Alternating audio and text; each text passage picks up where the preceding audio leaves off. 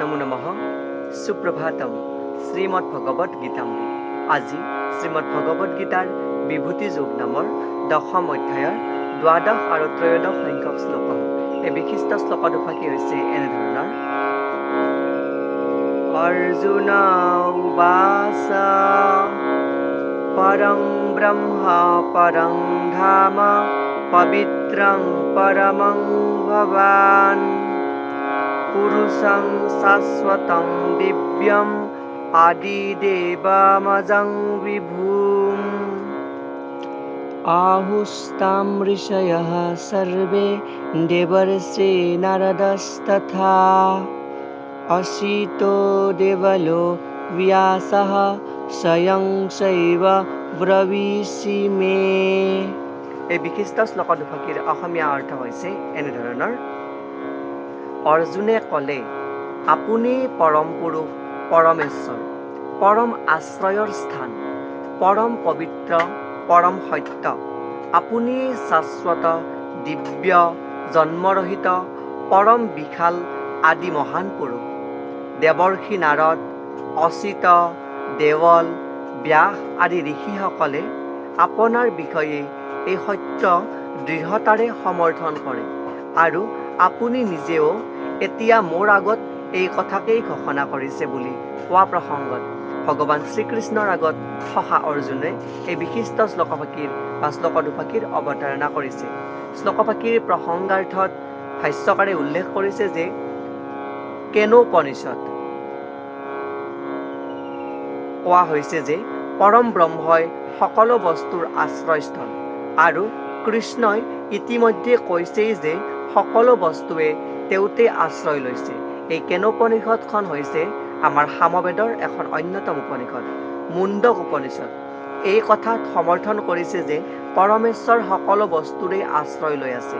তেওঁকেই যিসকলে নিৰন্তৰ ধ্যান কৰে কেৱল সেইসকলেহে তেওঁক উপলব্ধি কৰিব পাৰে। কৃষ্ণৰ এনে ধ্যানেই হ'ল স্মৰণ। স্মৰণ হ'ল নৱধা ভক্তিৰ অন্যতম অংশ।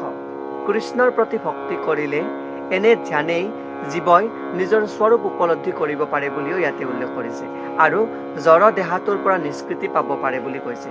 এই মুণ্ডক উপনিষদ অথৰ্ববেদীয়ৰ অন্যতম উপনিষদ আৰু বেদত পৰমেশ্বৰৰ পবিত্ৰ বিলাকৰ ভিতৰতো পবিত্ৰতম বুলি স্বীকাৰ কৰিছে।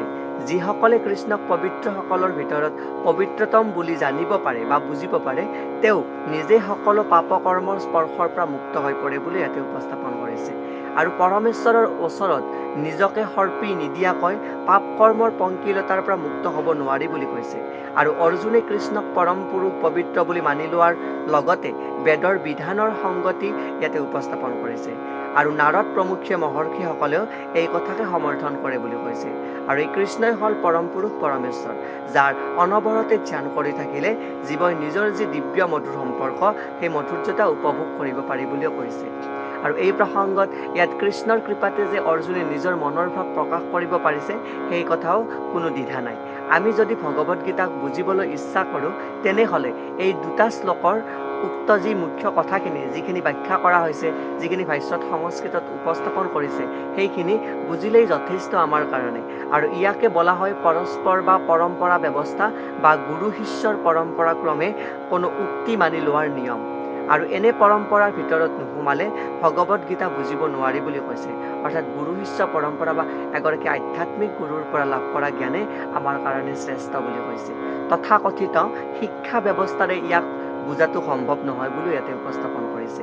আৰু দুৰ্ভাগ্যবশতঃ যিসকলে তথাকথিত শিক্ষাৰে শিক্ষিত বুলি অভিমান কৰি থাকে তেওঁলোকে বৈদিক সাহিত্যৰ ইমানখিনি প্ৰমাণ থকা সত্ত্বেও তেওঁলোক এই বদ্ধমূল ধাৰণাকে খামুচি ধৰি থাকে আৰু থাকে যে কৃষ্ণ এজন সাধাৰণ মানুহ বুলি ভাবিবলগীয়া হৈ পৰে। এয়ে উক্ত বিশিষ্ট শ্লোক দুফাকিৰ সৰল গুণাৰ্থ। ধন্যবাদ।